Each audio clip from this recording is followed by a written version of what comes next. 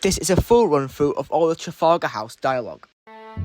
Due to Salisbury being the closest major town, which psychologically told the soldiers that every single garrison probably nearby was dead, and as they acknowledge, they're surrounded by all sides, due to being in the countryside.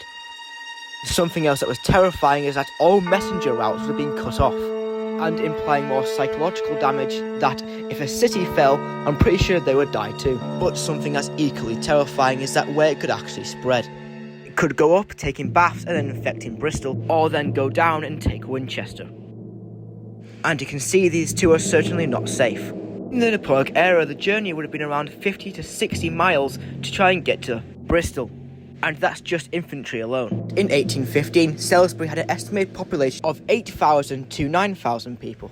And even worse, due to the rain, the ground has become mud and the flint can actually soak, making them useless. Moving on further with the dialogue, you may actually notice the feud between the loyalists and the deserters. We can see this when one of the men say, "The Major's gone mad." This shows that ever since London, the chain of command has been withering away.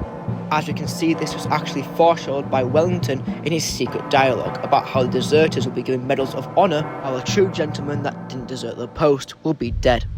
Returning to the Trafalgar House dialogue, one of the soldiers say that the king is dead, and another replies with "You're lying out of your hat." I would love to talk more about this, but no one really knows the whereabouts of the king. It's obviously confirmed. After this dialogue, a garrison not stationed too far away, located in Portsmouth, ignites hope once again, as they mention getting a letter, which means the messenger routes are completely fine. The whole interaction tells us that there's more garrisons nearby, or sadly, they're the last ones left. What he says, we have to go from Portsmouth to Southampton all the way to Salisbury, only to make haste to Trafalgar House. He was stationed at Portsmouth, but then directed to go to Salisbury ages ago. This is good news, as it means we have recaptured Portsmouth. There is actually a note saying that we recaptured Portsmouth. I just love his accent, by the way. I just speak Vietnamese. But something I do find quite amusing is that in London they're cracking jokes, even though that seems like a way worse scenario than they're in right now. After beating Trafalgar House, the living nightmare, at the end, the officer remarks that they had just come from Bristol, meaning the routes up from Portsmouth, from all the way down from Bristol, already being cleared out, meaning that the surrounding countryside is completely safe, meaning Britain came out victorious in this holdout.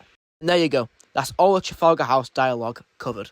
And I know someone out there can do this 10 times better than I can, but thank you very much for watching. Like, yeah, I guess, it's kind of like something, like, I give like 5 Rotten Tomatoes, yeah, it's kind of, yeah, it's like, oh god, I cannot do that impression.